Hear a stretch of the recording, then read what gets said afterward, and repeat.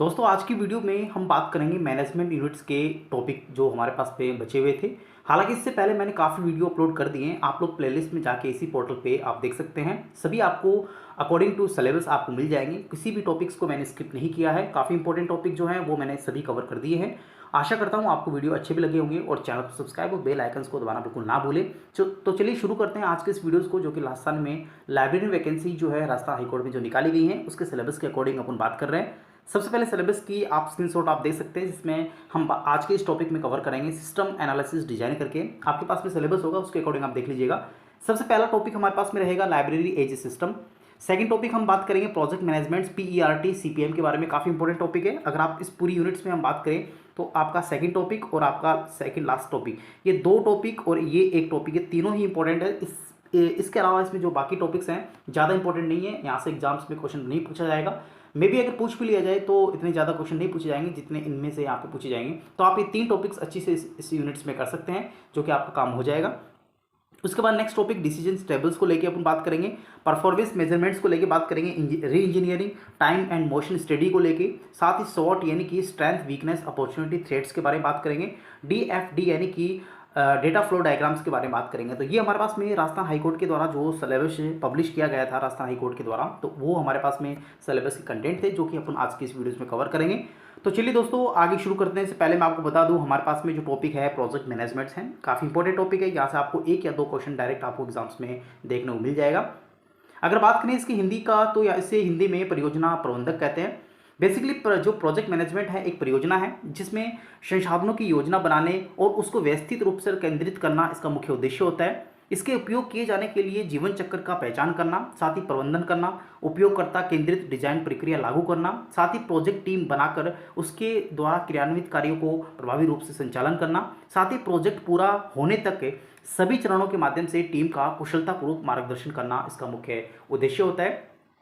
तो आप देख सकते हैं कि प्रोजेक्ट मैनेजमेंट एक के परियोजना एक प्रकार से परियोजना है, जिसके अंदर काफ़ी प्रकार के जो सिस्टम है वो यहाँ पे यूज़ किए जाते हैं। जैसे प्रबंधन को है, साथ ही यहाँ पे डिज़ाइंस को लेके है, प्रोजेक्ट टीम्स को तैयार करने से लेके है, साथ ही उसके कुशलतापूर्वक मार्गदर्शन को लेके है। इस सभी जो चर्चा इसमें आपने देखने को मिली। आगे हम बात करें कुछ टेक्निक्स को लेके, यानी कि हमारे पास में जो प्रोजेक्ट मैनेजमेंट्स को लेके जो टेक्निक्स यूज़ की जाती है, यहाँ से क्वेश्चन आपको श्योर आपको देखने को मिलेगा। सबसे पहले टेक्निक्स की बात करें, जिसमें PERT जो टेक्निक्स है उसकी अपन बात करेंगे। सबसे पहले PERT का पूरा नाम program evolution and review techniques होता है। तो ये आप इंग्लिश में याद कीजिएगा, हिंदी में याद करने की कोशिश मत कीजिएगा, क्योंकि यहाँ पे हिंदी अगर शुद्ध हिंदी वहाँ पे एग्जाम्स में आ जाएगी तो आपको जो हिंदी का अनुवाद है वो करना नहीं आएगा। तो मैं आपसे कहना चाहूँगा कि आप इसको इंग्लिश में ही याद करें। तो PERT का पूरा नाम program evolution and review techniques है। इसकी स्थापना 1958 यानी कि इसका जो विकास है वो यहाँ पे 1958 में US नेवी के द्वारा किया गया था। ये एक सांख्यिकी उपकरण है, यानी कि स्टैटिकल टूल्स है। इसका उपयोग प्रोजेक्ट पूरा करने में शामिल कार्यों का विश्लेषण करने के लिए किया जाता है। यानी जो भी हमारे प्रोजेक्ट्स में जो शामिल कार्य हैं उनका विश्लेषण करने के लिए जो यूज़ किया जाता है वो PERT का जो है काम में लिया जाता है। इसके परिचय के बारे में अपन जानकारी करें तो 1958 में मिसाइल कार्यक्रम की योजना और प्रबंधन US नेवी के द्वारा जो है इसका यूज़ किया गया था। इसकी परिभाषा की बात करें, जिसमें कार्यक्रम का मूल्यांकन, समीक्षा तकनीक इसको हिंदी में कहते हैं, परियोजना में प्रबंधन में उपयोग किए जाने वाला एक सांख्यिकी उपकरण है, जिसे दिए गए प्रोजेक्ट को पूरा करने में शामिल कार्यों का विश्लेषण और प्रतिनिधित्व करने के लिए डिजाइन किया गया है। ये इसकी परिभाषा होगी। PERT के बारे में थोड़ी जानकारी अपन लें तो PERT एक प्रकार का समय आकलन तकनीक है, जिसे इंग्लिश में टाइम एवोल्यूशन टेक्निक्स कहते हैं। और ये बेसिकली प्रोजेक्ट्स में डिजाइनिंग का काम, जो शेड्यूलिंग होता है उसका काम, कंट्रोल का काम, ये सभी जो चीज़ें हैं ये PERT में आपको देखने को मिलती है। ध्यान रहे ये टाइम एवोल्यूशन टेक्निक्स के रूप में जानी जाती है। एक योजना और नियंत्रण उपकरण भी इसको आप कह सकते हैं। परियोजना को पूरा करने के लिए आवश्यक प्रयास के लिए एक सांख्यिकी टूल्स यानी विधि भी इसको आप कह सकते हो। अगर आपसे पूछे कि सांख्यिकी विधि जो है वो किससे संबंधित है, तो PERT से ही ये संबंधित है। इसके निष्कर्ष तक पहुंचने के लिए आवश्यक घटनाओं और गतिविधियों के अंतर संबंध को ग्राफीय रूप में प्रदर्शित करने की भी एक अनूठी विधि इसको जाना जाता है, कि इसको आप ग्राफिकल रिप्रेजेंटेशन से इसको जो है रिप्रेजेंट कर सकते हो, प्रदर्शित कर सकते हो। गतिविधियों की श्रृंखला में बेहतर उपयोग के लिए PERT का उपयोग किया जाता है। काफ़ी इंपॉर्टेंट फैक्ट से ध्यान रखना, ये आपको एग्जाम्स में बिल्कुल आपको किसी न किसी एग्जाम्स में देखने को मिल जाएगा। गतिविधियों की श्रृंखला में बेहतर उपयोग के लिए PERT का उपयोग किया जाता है। पर्ट का उपयोग समय प्रबंधन यानी कि टाइम मैनेजमेंट प्रबंधन के लिए भी किया जाता है। पर्ट एक तकनीक है जिसमें सिस्टम विश्लेषण की बात की जाती है।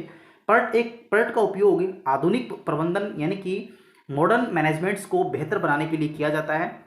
शुरुआत में पर्ट जो टेक्निक्स थी इसका उपयोग रिसर्च एंड डेवलपमेंट्स में यानी कि अनुसंधान और विकास कार्यक्रमों में इसका उपयोग किया जाता है, लेकिन अब यहाँ पे इसका जो काम है वो यहाँ पे टाइम मैनेजमेंट्स को लेके, साथ ही सिस्टम पर विश्लेषण को लेके, आधुनिक प्रबंधन को लेके इत्यादि इसके द्वारा ये काम किए जाते हैं।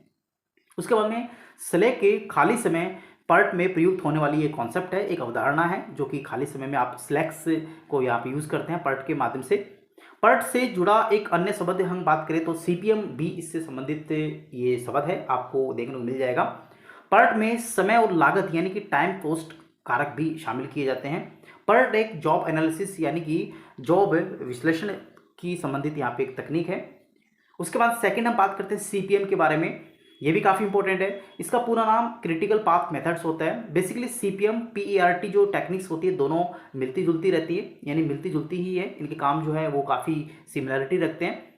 परियोजना गतिविधियों में एक सेट को शेड्यूल करने के लिए एक एल्गोरिथम के रूप में इसको यूज़ किया जाता है सीपीएम को, जिसका उपयोग पर्ट के संयोजन में किया जाता है, साथ ही उसके निर्माण कार्यों में भी इसका उपयोग किया जाता है। 1950 में ड्यू पॉइंट के द्वारा जो केली एंड वॉल्कर हैं इसके द्वारा इसकी जो है विकास किया गया था। इसका बेसिकली जो मतलब है क्रिटिकल पाथ मेथड, इसको हिंदी में कहते हैं। परियोजना की लागत और उसके समग्र समाधान के समय के बीच में जो व्यापार पर जोर दिया जाता है वो इसका उद्देश्य है। साथ ही यहाँ पे एक क्रिटिकल पाथ निर्भर गतिविधियों की सबसे लंबी अवधि की पहचान करना भी इसका मुख्य उद्देश्य है। साथ ही इसका जो काम है, इसका जो उपयोग है वो शुरू से लेके अंत तक किसी प्रोजेक्ट को कंप्लीट करने में किया जाता है।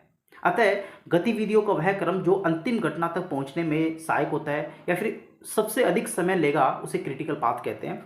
यानी कि अगर हम बात करें कोई भी गतिविधि है वह क्रम को अंतिम घटना तक पहुंचने के लिए सबसे ज़्यादा जो समय लेगा उससे क्रिटिकल पाथ मेथड्स कहते हैं। आगे हम बात करते हैं पर्ट और सीपीएम के बारे में। बेसिकली पर्ट और सीपीएम की दोनों की बात करें तो ये नेटवर्क एनालिसिस टेक्निक्स है, इसको अन्य नाम से भी जाना जाता है नेटवर्क एनालिसिस टेक्निक्स के नाम से। दो शेड्यूलिंग विधियाँ और परियोजना प्रबंधन तकनीक भी इसको कह सकते हो। इसके उपयोग जो है वो बेसिकली CAS और SDI और इंडेक्सिंग और अब्स्ट्रैक्टिंग में किया जाता है, काफ़ी इंपॉर्टेंट है, यहाँ से भी एग्जाम्स में काफ़ी बार क्वेश्चन आया है। उसके बाद में इसके दो घटकों में इसको जो है बांटा गया है। पहला घटक गतिविधियाँ और दूसरा घटक जो है वो घटनाएँ हैं, यानी कि एक्टिविटी और इवेंट्स, दो जो घटक हैं उसके रूप में इसको बांटा गया है।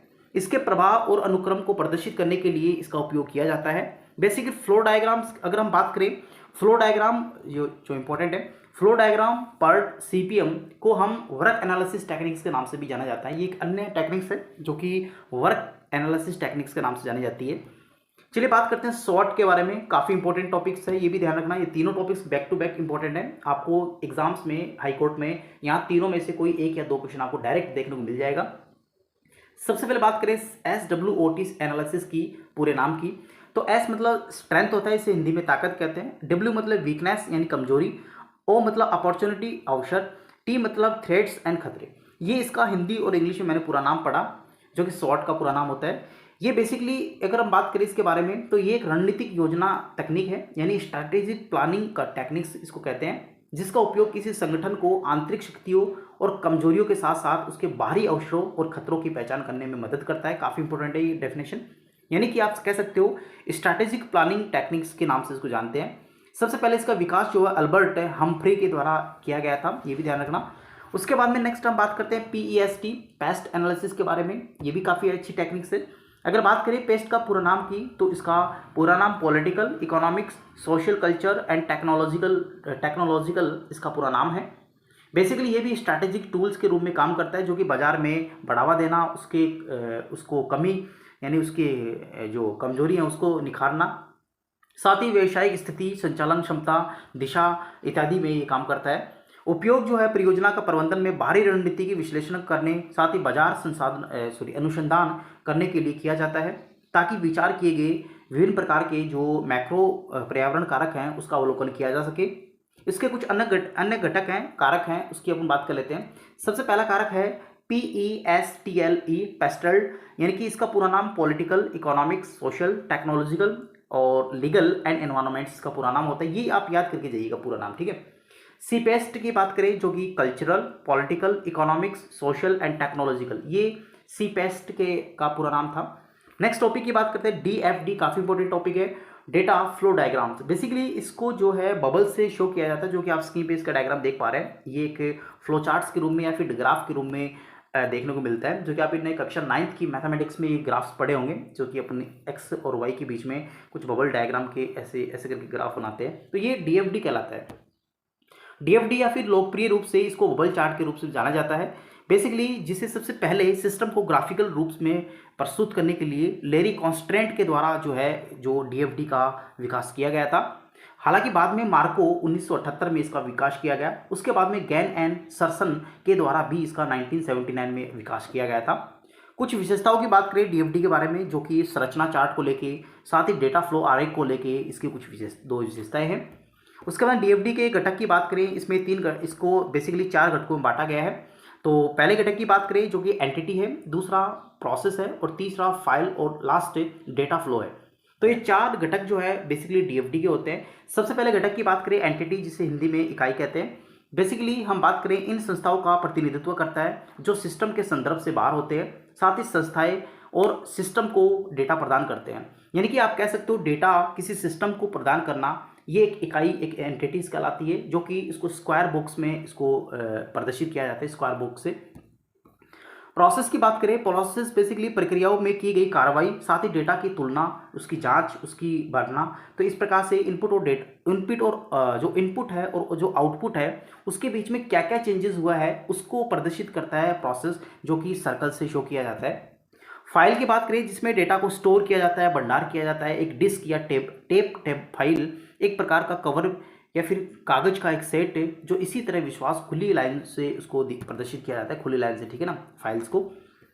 डेटा फ्लोज की बात करें जो कि बेसिकली जो है आपका तीर से प्रदर्शित किया जाता है। डेटा प्रवाह प्रक्रिया की जो प्रणाली है के माध्यम से डेटा प्रवाह का पता लगता है, साथ ही डेटा की डायरेक्शन जो है एक तीर से प्रदर्शित की जाती है। नेक्स्ट बात करते हैं जो डिसीजन टेबल्स हैं। बेसिकली डिसीजन टेबल्स को 4 भागों में बांटा गया है। पहला जो है कंडीशन स्टब है, उसके बाद में कंडीशन एंट्रीज है, उसके बाद में एक्शन स्टब है और एक्शन एंट्रीज है। इनको प्रदर्शित करने के लिए हमारे पास में एक स्क्वायर होता है, जो कि हम 2 इक्वली पार्ट्स में डिवाइड कर देते हैं। पहले कंडीशन स्टेप्स को और कंडीशन एंट्रीज को फिल किया जाता है, और नेक्स्ट एक्शन स्टेप को और एक्शन एंट्रीज को फिल किया जाता है। उसके बाद डिसीजन टेबल जो होते हैं वो प्रॉब्लम एनालिसिस टूल्स होते हैं, जिसमें किसी प्रकार की प्रॉब्लम्स को सोल्व किया जाता है, साथ ही उसके जो कॉम्प्लेक्स जो सॉल्यूशन है उसको यहाँ पे दिखाया जाता है। साथ ही डिसीजन लॉजिक का भी इसमें यूज़ किया जाता है। उसके बाद में कंप्लीट कंसाइंस लॉजिकल वे जो है वो संबंधित होता है, और इसके अंदर हम किसी भी प्रॉब्लम को सोल्व कर सकते हो, ठीक है। इसके टाइप्स की लेके हम बात करें, जो बेसिकली लिमिटेड एंट्रीज टेबल है, साथ ही एक्सटेंडेड जो एंट्री टेबल्स हैं, 2 भागों में इसको बांटा गया है। ज़्यादा इंपॉर्टेंट नहीं है, लेकिन आपको इतना याद रखना है कि हमारे पास में डिसीजन टेबल्स में को कितने भागों में बांटा गया है, तो 4 भागों में बांटा गया है, जो कि कंडीशन स्टब को लेके है, कंडीशन एंट्रीज है, एक्शन स्टब है, एक्शन एंट्रीज है, ये सभी जो चीज़ें हैं इसमें शामिल हैं। नेक्स्ट टॉपिक परफॉर्मेंस मेजरमेंट्स को लेके हम बात करें। बेसिकली परफॉर्मेंस का मतलब होता है कि आपके पास द्वारा किया गया काम की परफॉर्मेंस को शो करना, आपके कार्य की एफिशिएंसी को शो करना, जो कि रिफाइन करना, साथ ही डिफाइन करना और डेवलप करना, ये सभी चीज़ें इसमें शामिल होती हैं। परफॉर्मेंस मेजर्स को लेके हम बात करें, जो कि पीपल ऑर्गेनाइजेशन के बीच में सप्लायर मैनेजमेंट्स, प्रोसेस मैनेजमेंट्स के रूप में बांटा गया है। अगर हम बात करें सबसे पहले परफॉर्मेंस मैनेजमेंट्स को लेके, जो कि हम इसको देख सकते हैं प्लान के रूप में, उसके बाद रिपीट्स करते हैं, उसके बाद में मॉनिटर करने के स्ट्रैटेजी होती है, इम्प्रूव होते हैं, मेजर्स होती है, ये कुछ कंपोनेंट्स है, ध्यान रखना आपका जो परफॉर्मेंस मैनेजमेंट्स के। साथ यहाँ पे परफॉर्मेंस मैनेजमेंट्स के प्रकार की बात करें, जिसमें ऑर्गेनाइजेशन मॉडल होता है, चेंज मैनेजमेंट्स होते हैं, प्रोसेस मैनेजमेंट होते हैं, प्रोजेक्ट मैनेजमेंट्स होते हैं, ये कुछ इसके टाइप्स हैं।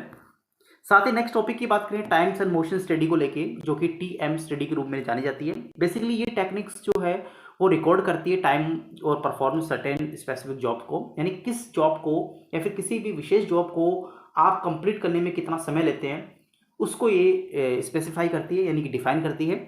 और जो प्रोसेस आपके पास में टाइम और जॉब के बीच में रहता है, उसके बीच में जो रिपीटेशन का जो प्रोसेस होता है, यानी आपने जॉब कंप्लीट किया, फिर वापस से आपने काम स्टार्ट किया, तो ये सभी जो चीज़ें हैं ये स्टडी आपको दिखाने की कोशिश करता है। ये फ्लो चार्ट्स है, आप देखना चाहे तो देख लीजिएगा, बाकी ज़्यादा इंपॉर्टेंट नहीं है। बेनिफिट्स को लेके हम बात करें, आप पढ़ना चाहे तो पढ़ सकते हो। मैन पावर्स को इंप्रूव करना है, साथ ही प्रोडक्शन को इंप्रूव करना है, साथ ही प्रोसेस प्रोडक्ट कॉस्टिंग को रिड्यूस करना है, रिड्यूस द टाइम कम लगे, साथ ही कॉस्ट का भी कमी हो, साथ ही वर्क मेजरमेंट्स भी अच्छा हो। ये सभी चीज़ें जो है बेनिफिट्स को शो करते हैं। लाइब्रेरी एज सिस्टम को लेके बात करते हैं, काफ़ी अच्छा टॉपिक्स है। यहाँ से आपको क्वेश्चन तो भले देखने को नहीं मिले, लेकिन आपको लाइब्रेरीज को पढ़ने के लिए आपको ये टॉपिक्स काफ़ी इंपॉर्टेंट हो जाता है। अगर हम बात करें सिस्टम को लेके कि लाइब्रेरी कैसे यहाँ पे संचालित किया जाता है, देखिए बेसिकली मैं पूरा फ्लो चार्ट आपके सामने शो कर रहा हूँ। देखिए यहाँ से आप देख पा रहे हैं, यहाँ पे यूजर्स हैं यानी हम हैं, और यहाँ पे हमारे पास लाइब्रेरियंस है, और यहाँ पे हमारे पास कोई सिस्टम है जो कि हमें जो नोटिफाई करेगा। सबसे पहले कोई भी बुक्स आपके लाइब्रेरीज में आती है तो जो लाइब्रेरियन का जो काम होता है वो उन बुक्स को ऐड करना, अपडेट करना, और कुछ बुक्स को जो आवश्यकता नहीं है उनको रिमूव करना। ये मुख्य कार्य जो होता है वो लाइब्रेरीज का होता है, लाइब्रेरियन का होता है। यूजर्स की बात करें तो यूजर्स क्या करता है, रजिस्ट्रेशन मेंबर्स को यानी रजिस्ट्रेशन का सबसे पहले रजिस्ट्रेशन करता है, जिसको अपलोड कौन करता है, लाइब्रेरियन करता है। लॉगिन करता है, गेट कैटलॉगिंग्स है, सर्च बुक्स है, रिजर्व रिन्यू बुक्स है, और रिटर्न बुक्स है। ये दोनों का संबंध यूजर और लाइब्रेरियन से सेम होता है, यानी जो यूजर्स कमांड देगा वो लाइब्रेरियंस को एक्सेप्ट करके उसको रिटर्न करनी होगी।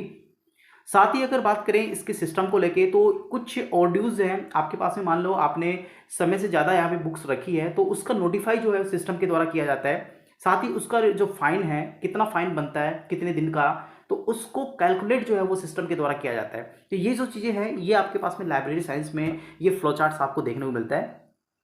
कुछ नेक्स्ट टॉपिक की अपन बात कर लेते हैं, लाइब्रेरी मैनेजमेंट सिस्टम को लेके। इसमें क्या होते हैं, कुछ मेंबर्स होते हैं और कुछ लाइब्रेरीज। अगर हम बात करें मेंबर है और लाइब्रेरियन के बीच में, जो बेसिकली मेंबर करेगा सबसे पहले यूजर रजिस्ट्रेशन करेगा लाइब्रेरीज में, और उसको एक्टिवेट कौन करेगा, लाइब्रेरियन करेगा। फिर मेंबर्स क्या करेगा, कोई भी बुक्स या सीडी उसको चाहिए तो उसको सर्च करेगा और उसकी रिक्वेस्ट भेजेगा। जैसे ही रिक्वेस्ट जाएगी तो लाइब्रेरियन क्या करेगा, उस रिक्वेस्ट को एक्सेप्ट करेगा और वो बुक्स जो है वो सीडी जो है वो इशू करेगा किसको, मेंबर को। और उसके बाद में जो उसके सबमिटेड डिटेल्स है उसको सबमिट करेगा लाइब्रेरियन, और उसके पास में जो फाइन डिटेल्स है वो भी यहाँ पे लाइब्रेरियन के द्वारा सबमिट की जाएगी। और उसके बाद में चेक ड्यू डेट्स, अगर मेंबर चाहे तो ड्यू डेट को वो चेक कर सकता है। साथ ही एंटर फाइन पेमेंट्स, और जो भी है लाइब्रेरी के द्वारा जो पेमेंट है फाइन का उसको एंटर किया जाएगा और लाइब्रेरियन लॉगिन किया जाएगा। तो ये आप सकते हो। उसके बाद फाइनली क्या करेगा, लाइब्रेरियन चेक स्टॉक को चेक करेगा कि कौन कौन सी बुक्स यहाँ पे उनका सर्कुलेशन हुआ है, आदान प्रदान हुआ है, कौन सी बुक्स क्षतिग्रस्त है, कौन सी बुक्स को लाइब्रेरीज में रखना है, कौन सी बुक्स को लाइब्रेरीज में नहीं रखना, कौन सी बुक्स को नया क्रय करना है। तो ये सभी जो जानकारी है वो आपको स्टॉक चेक जब करेंगे तब आपको देखने को मिलती है। तो दोस्तों ये हमारे पास में नेक्स्ट टॉपिक था लाइब्रेरी मैनेजमेंट सिस्टम को लेके। तो ये हमारे पास में जो हमने बात की, काफ़ी शॉर्ट एंड स्वीट से जो कीवर्ड्स के नोट्स हैं वो मैंने आपको फ्लो चार्ट्स के माध्यम से पढ़ाने की कोशिश की है। दोस्तों मैं आपको उम्मीद करता हूँ अगर आप इतना भी पढ़ लेंगे लाइब्रेरीज में तो आपका इससे बाहर क्वेश्चन जाने की कोशिश नहीं करेगा, क्योंकि मैंने जितने भी एमसीक्यूज यानी अभी तक यहाँ पे निकाले हैं, चाहे DSSP हो या फिर अदर स्टेट के जो लाइब्रेरी एग्जाम्स हो उसके एग्जाम्स में आप देखें, सिलेबस को उठा के देखें, उसके ओल्ड क्वेश्चंस को उठा के देखें, तो इन पीडीएफ से आपको सभी क्वेश्चंस के सॉल्यूशन इन पीडीएफ्स में आपको देखने को मिलेंगे। तो उम्मीद करता हूं दोस्तों आपको वीडियो अच्छा लगा होगा। यार चैनल को सब्सक्राइब और बेल आइकन को दबाना बिल्कुल ना भूलें, क्योंकि आपका सपोर्ट मिलेगा तो हम इससे भी अच्छा कंटेंट्स आपको देने की कोशिश करेंगे।